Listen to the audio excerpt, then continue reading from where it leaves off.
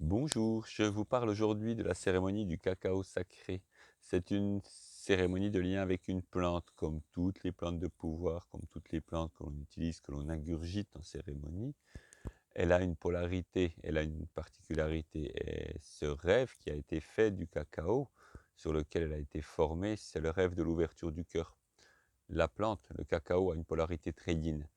Et ces cérémonies vont être basées vraiment sur cette ouverture du cœur, vraiment sur cet amour, sur ce lien.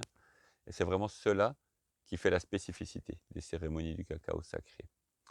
Le cacao est une plante, alors évidemment, qui a été dérivée dans notre société. C'est toujours la même chose. Le tabac, une plante de lien, a été dérivé en cigarette, faite de produits chimiques.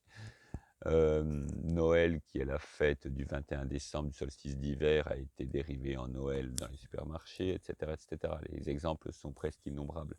Donc on revient à l'essence, encore une fois, on revient à l'essence de ce qui est le cacao. Donc vraiment, son essence, son esprit, c'est Mama Cacao, l'esprit du cacao qui porte souvent ce nom parce que c'est un nom féminin, c'est un nom lié à la terre. On est en lien avec la terre, on est en lien avec le cœur, on est en lien avec le corps. Donc on est vraiment sur cette polarité. Alors c'est pour cela que dans les cérémonies cacao, je les commence souvent par du tambour. On va, avec le tambour, mettre une polarité yang qui va équilibrer ce yin. Et ça va permettre une cérémonie. Alors, dans le sens de l'énergie, les cérémonies se passent souvent par une montée, montée, montée, montée, un climax et une redescente. Les cérémonies cacao sont plutôt sur une descente permanente. On va vraiment être sur un rapprochement à la terre. On va de plus en plus se coller à la terre, de plus en plus être lié à l'amour de la terre, au cœur.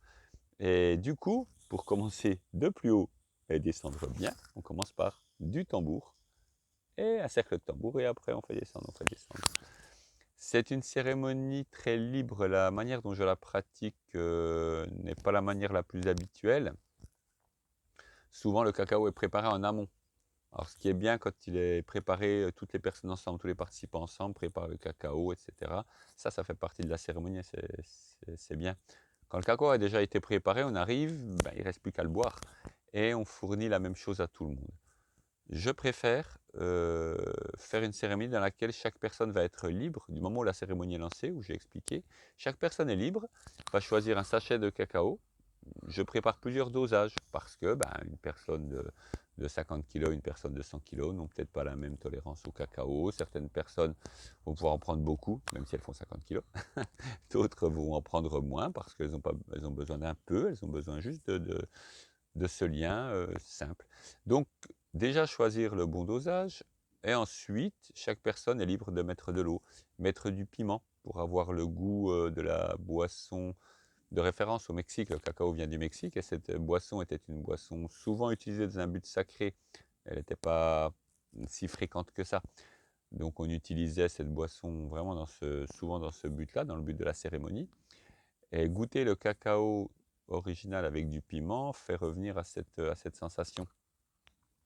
Les graines de cacao d'ailleurs étaient utilisées comme monnaie chez les Aztèques, les Toltecs, ça servait de monnaie. Voilà, ça servait de monnaie d'échange. Une graine, tant de graines pour tant de choses. Comme il n'y avait pas d'argent, c'est ce qui servait d'argent. Et donc chaque personne va pouvoir prendre des épices, etc., faire évoluer sa boisson au gré de ce qu'elle ressent. Après, ça peut être mettre du sucre, du miel, mettre des épices, de la cannelle, etc. Et la boisson va évoluer et la cérémonie va évoluer comme ça. Donc les personnes se lèvent et font évoluer leur boisson au son des chants. J'ai des chants que je vais chanter, des musiques qui vont se poser.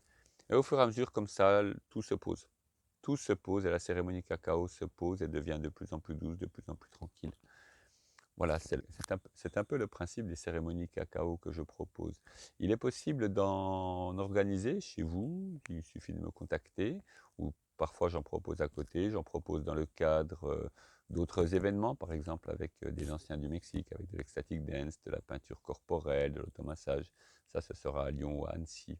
Voilà, donc il y a plein d'occasions de faire cette cérémonie et de se lier à Mama Cacao, vraiment d'ouvrir son cœur et d'aller alors évidemment sur ce cacao que j'utilise qui est fait par des communautés mayas au Guatemala, le même genre que celle où on va quand on fait le voyage au Mexique et on a la garantie, on va dire, que ce cacao a été préparé pour ça, spécifiquement pour les cérémonies.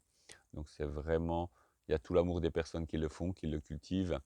Il y a toute la force de la terre dans laquelle il est cultivé. Donc on est vraiment sur un, voilà, sur un produit qui va entrer en résonance avec le corps, entrer en résonance avec le cœur et vraiment nous mettre en lien. Voilà, tous les renseignements sont sur le site Enseignement holistique, comme toujours, qui apparaît quelque part sur l'écran.